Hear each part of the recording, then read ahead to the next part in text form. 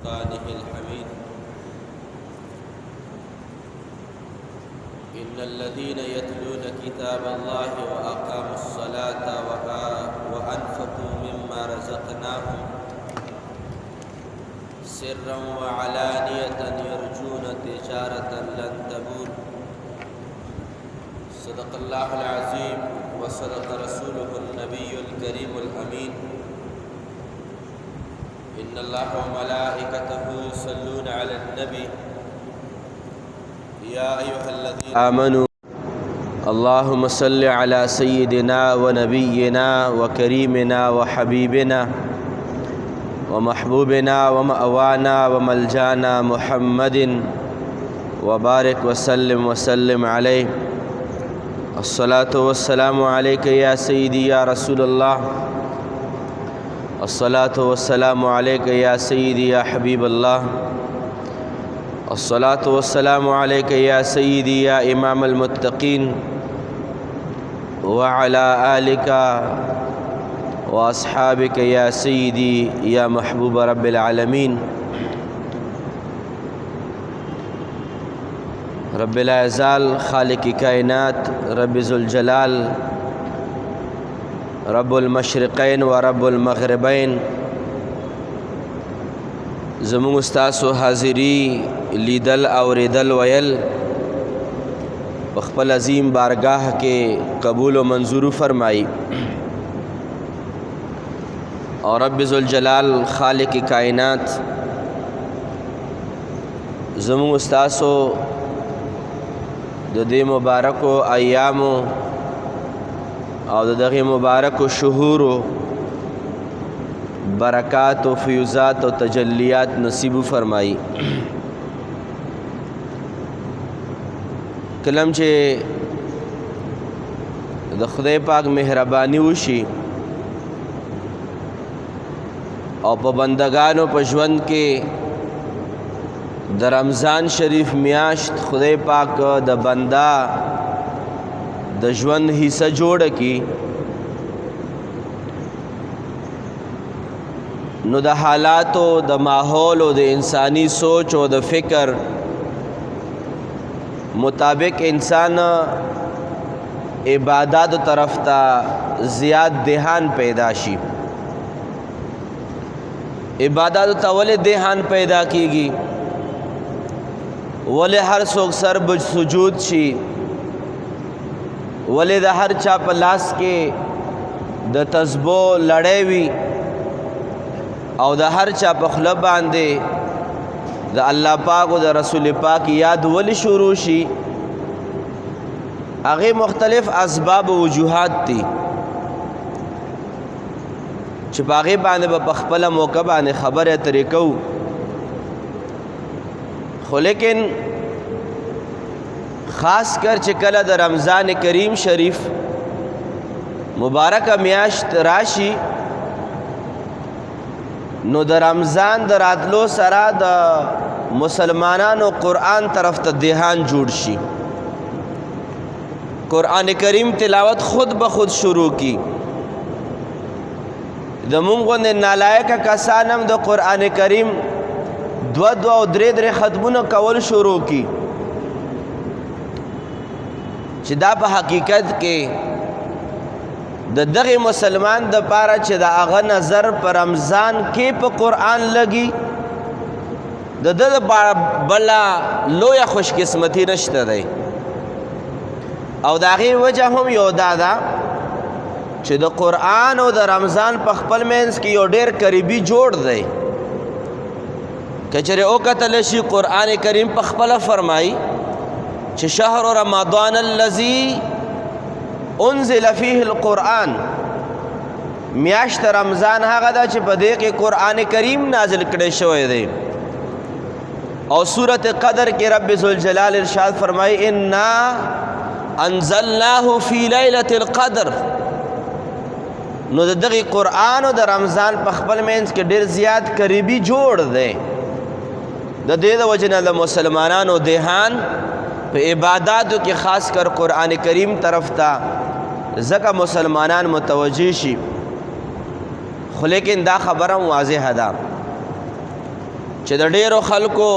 دهان خو قرآن کریم طرف ته پیدا شي، خو چې دا څومره خلکو دهان قرآن کریم ته پیدا دی د دې په یو په ډبل باندې د قرآن کریم نه مسلمانانو مخم ګرځولی.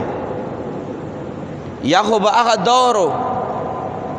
چې په هر وخت باندې به د شپې او د ورځې به مسلمانانو د قرآن کریم مصحف شریف کلاو کړه او تلاوت به کېدو، شپې به هم کېدو، پشمني به هم کېدو. اوس دغه غمونو نه ډک موبایل راغلی چې هغه لاسونه چې مخکې لاسونو کې به قرآن و، اوس په مغو لاسونو کې دغه موبایل د قرآن ځای ونیو. مخکې به سترګې د الله په کلام باندې یخېدې، اوس په موبایل په کتو کتو باندې په پشمنی باندې مور او پلار او مشر خویندې په زور آوازونه کوي، پشمنۍ تیار دی. خو لیکن ډېر خلک داسې هم شته دی، خو چې زه به دا وایم چې د هغوی دپاره د فکر یو لمحه ضرور ده چې کلام پاک د رمضان سره ډېر قریبي جوړ دی، او په دغې جوړ کې هم تا د الله تبارک و تعالی د کلام تلاوت د هغې مطالعه د هغې سټډي نصیب نه شوه. په دې باندې لږ غور و فکر ضرور پکار دی. او د داسې خلکو ریشو ډېره زیاته ده. مخکې به د تلاوت والا خلکو ریشو زیاته وه، د موبایل او انټرنیټ او د 4G او را روانه زمانه کې د 5G دور دغه د قرآن کریم مصحفونه مونږ د لاس نه اوچت کړل او په المارو کې واپس سنبال پاتې شول. غرض مې دا حاضرینو چې مبارکه میاشت رمضان کریم را روانه ده، اوس نه عهد و پیمان پکار دی چې په دغه رمضان کې به د خدای پاک و فضل و کرم باندې به زه رمضان له ډېره توجه ورکوم. که چېرته تلاوت ویم زه به یې کوم، که چېرته په جومات کې د مازدیګر او د ماښام ماخوستن د تراویحو نه بعد چېرته د قرآن کریم درس وي، په هغې کې به هم شریک کېږم. او دا به زموږ ستاسو دپاره د دواړو جهانو ګټه وي. او څنګه ګټه ده؟ خالق کائنات رب ذوالجلال قرآن کریم فرقان حمید کې په خپله باندې ارشاد فرمایي: ان الذین یتلون الکتاب واقاموا الصلاة وانفقوا مما رزقناهم. رب ذوالجلال فرمایي چې دغه درې څیزونه چا هم وکړل: اول قرآن کریم تلاوت، دویم د مونځ پابندي، دریم د خدای پاک ورکړی شوي مال نه زکات یا د صدقې په صورت کې د الله په نامه باندې ورکړه. رب ذوالجلال فرمایي سرا و علانیتا، که ښکاره ورکړه کوي او که په پټه باندې چاله ورکوي. رب ذوالجلال ارشاد فرمایي چې یرجون تجارتا لن تبور. دغې بنده د خدای پاک سره داسې یو سودا وکړه چې په دغې سودا کې هډو نقصان شته نه. دا د رب ذوالجلال سره بې نقصانه سودا ده. او تاسو سوچ وکئ دغه درې واړه څیزونه په رمضان کریم کې زیات شي، خوش نصیبو خلکو په نصیبه شي، تلاوت هم نصیب شي، 5 وخته مونځ پابندي هم نصیب شي، او دارنګې د خپل وس مطابق چا باندې زکات فرض دی زکاتونه ورکوي، او که چا باندې صدقه د خپل وس اختیاره کېږي، څوک پټ او ښکاره صدقه ورکوي. رب ذوالجلال فرمایي چې دغې کسانو خدای پاک سره بې نقصانه سودا وکړه. الله کریم دغه سودا زموږ نصیب فرمایي. او مزید رب ذوالجلال خالق کائنات ارشاد فرمایي لیوفیهم اجورهم ویزیدهم من فضله انه غفور شکور.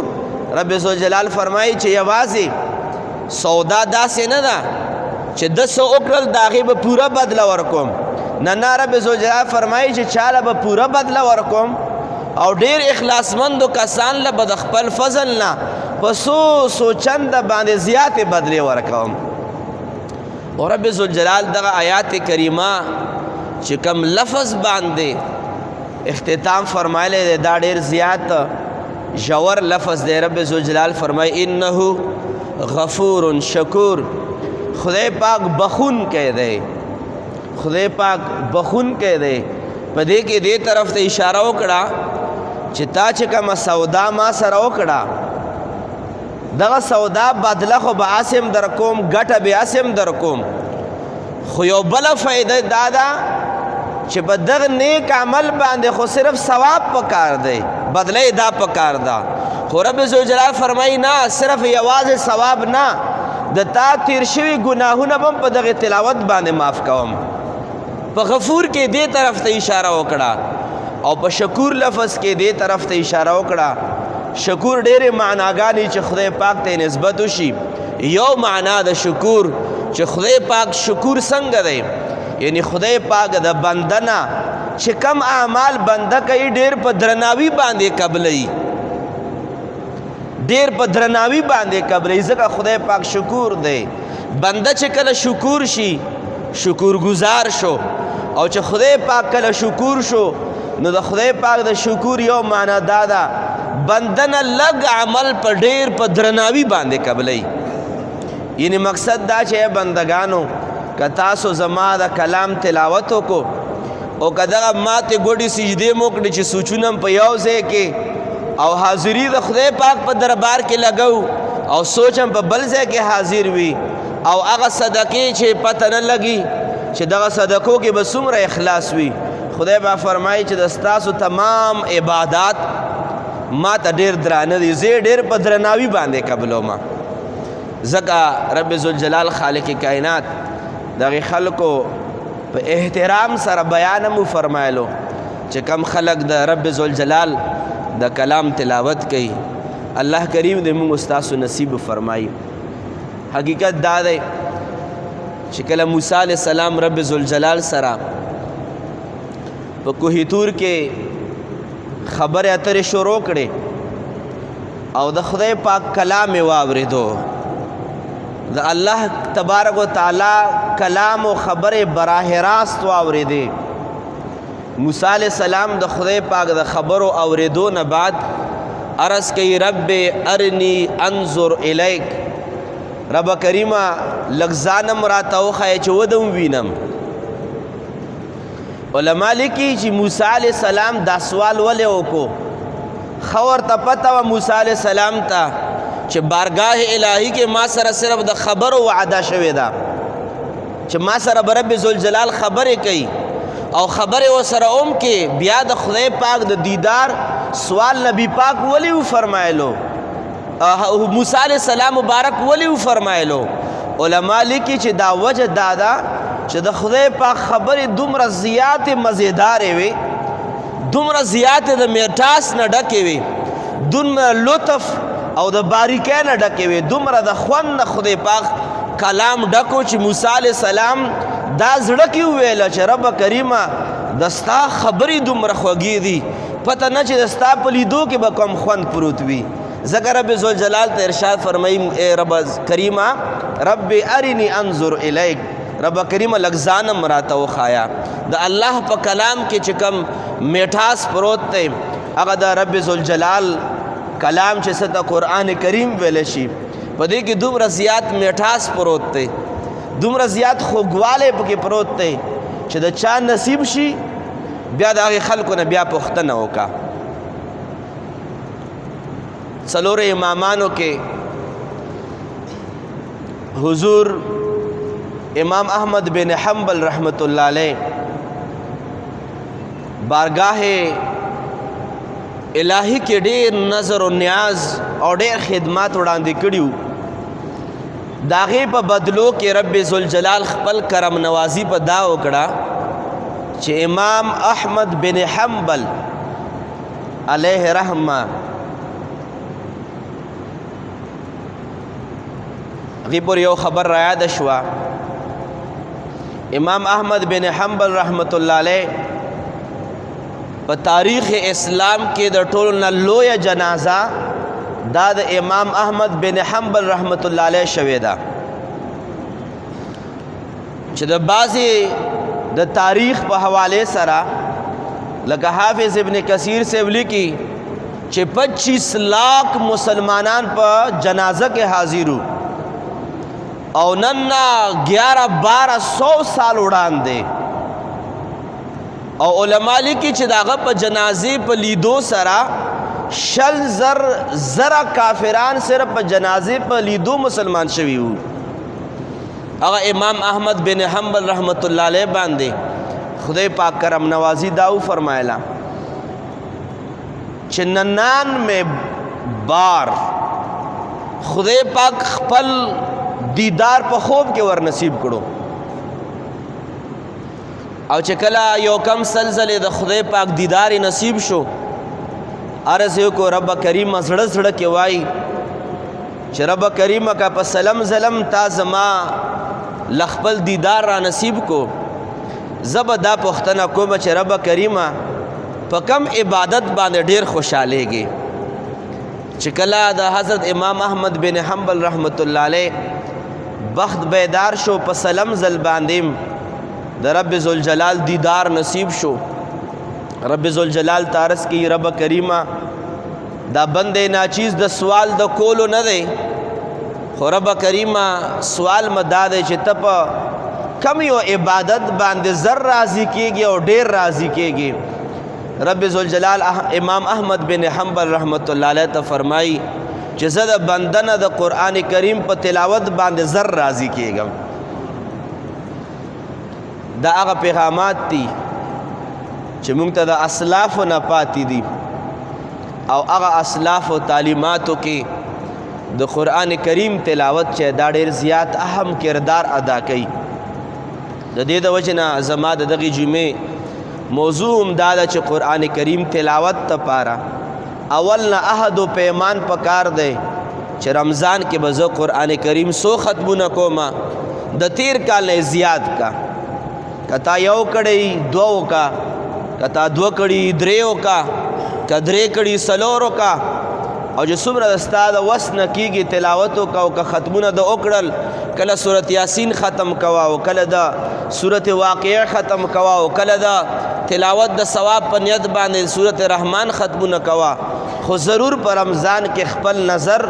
د ستا زیات د الله په کلام باندې پرېوځي او دا به ستا دپاره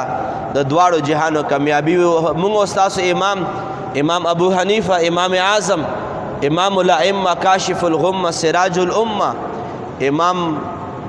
اعظم رحمت الله علیه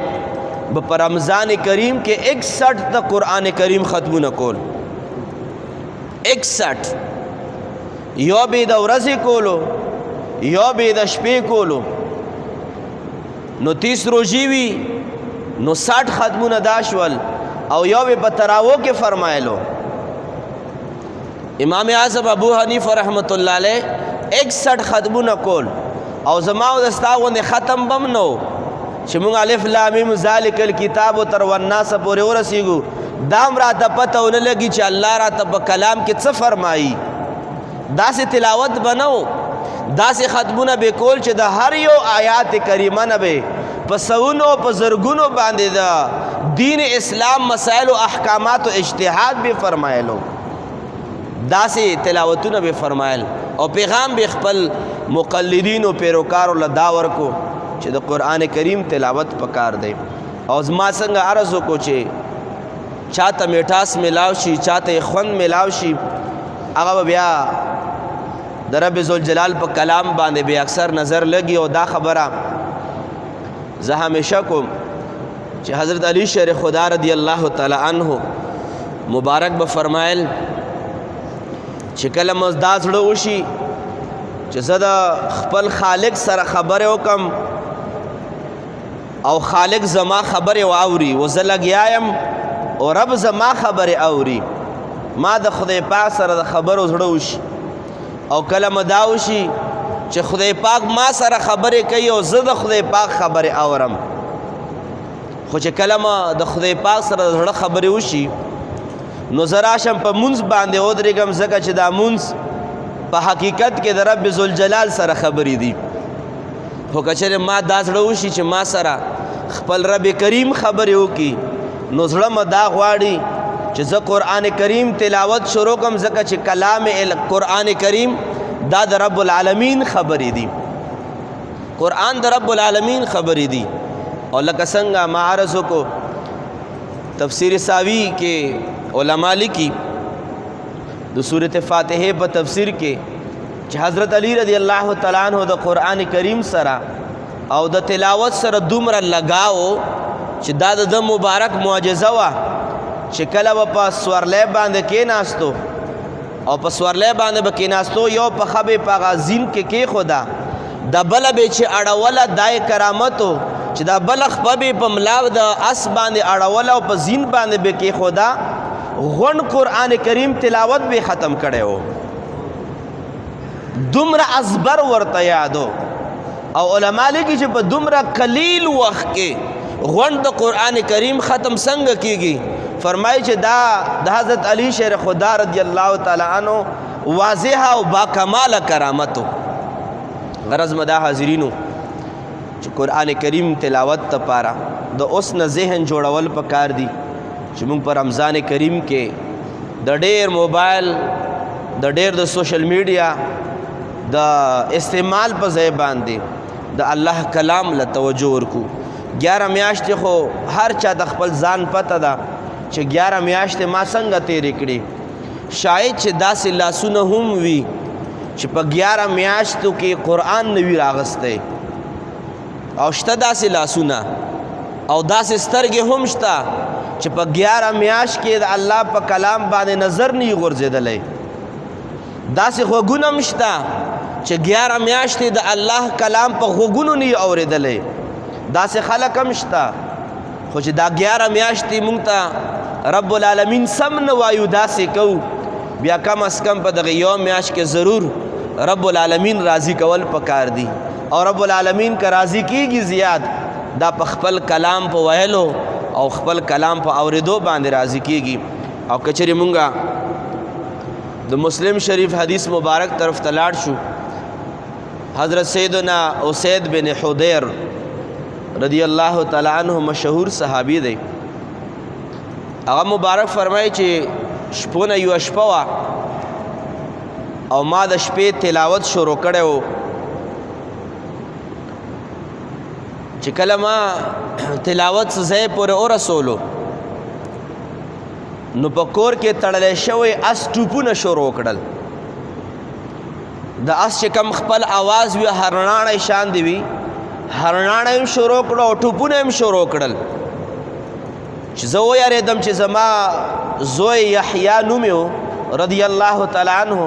زما زوی قریب تړلې شوی دی حسنا چې اس ټوپونه وਹੀ د بچی را لخپو لاندې نه کی زه چې کله هلته اس طرف ته ورالم خپل بچی حفاظت ته پاره زه څه ګورم چې په اسمان کې یو وریځ ده په وریځ کې چراغان لګېدلي دي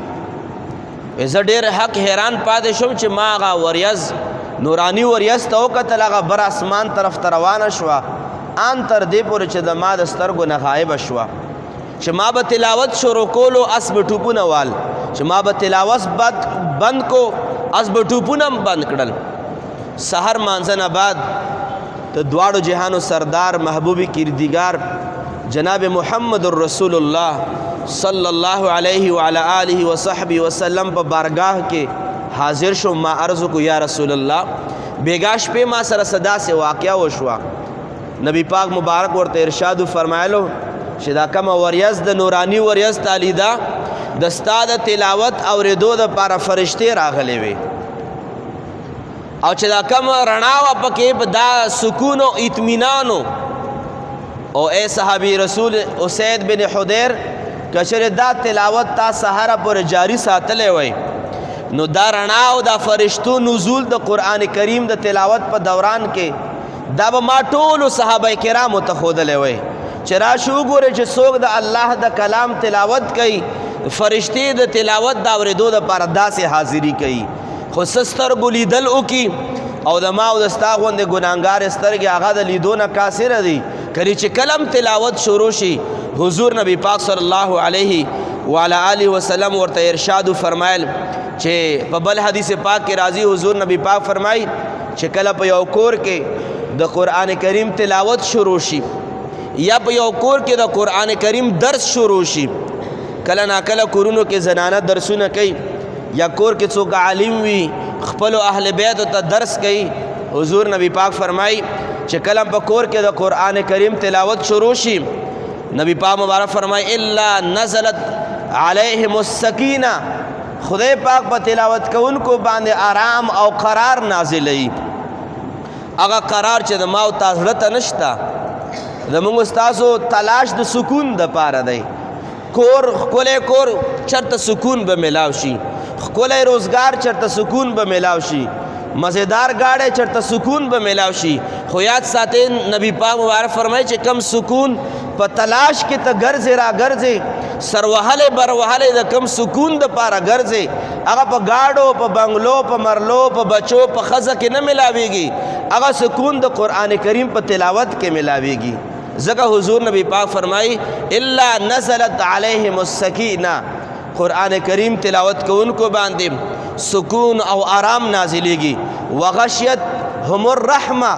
او دا دومره رحمت الله پاک نازل کی چې دا ټول تلاوت کوونکو پر رحمت کې راپړ شي. وحفت هم الملائکه او نبی پاک فرمایي فرشتي راشي او په خپل فرشتي په خپل وزرو کې تلاوت کوونکو راگیر کی. وذکرهم الله فی من عنده او نبی پاک فرمایي چې څوک د الله د کلام تلاوت کوي دوی پس مکه باندې الله یادوي، الله په عرش باندې دغه بنده د فرشتو په وړاندو باندې یادوي. حضور نبی پاک مبارک فرمایي غرض مدای چې کلم کورونو کې یو کور کې مور ناستی تلاوت کوي، بله کمره کې لورګانې ناستی تلاوت کوي، په بله کمره کې پلار ناستی تلاوت کوي، په صحن کې واړه ماشومان ناستی د قرآن کریم تلاوت کوي. یاد ساتئ په دغه ټیم کې چې کله قرآن کریم په مختلفو کمرو په صحن او ټي وي لاونج کې مونږ تلاوت روان وي تاسو قسم هم کولی شئ په دې خبره باندې چې د مونږ په کور کې رب ذوالجلال فرشتې رالیږلي دي،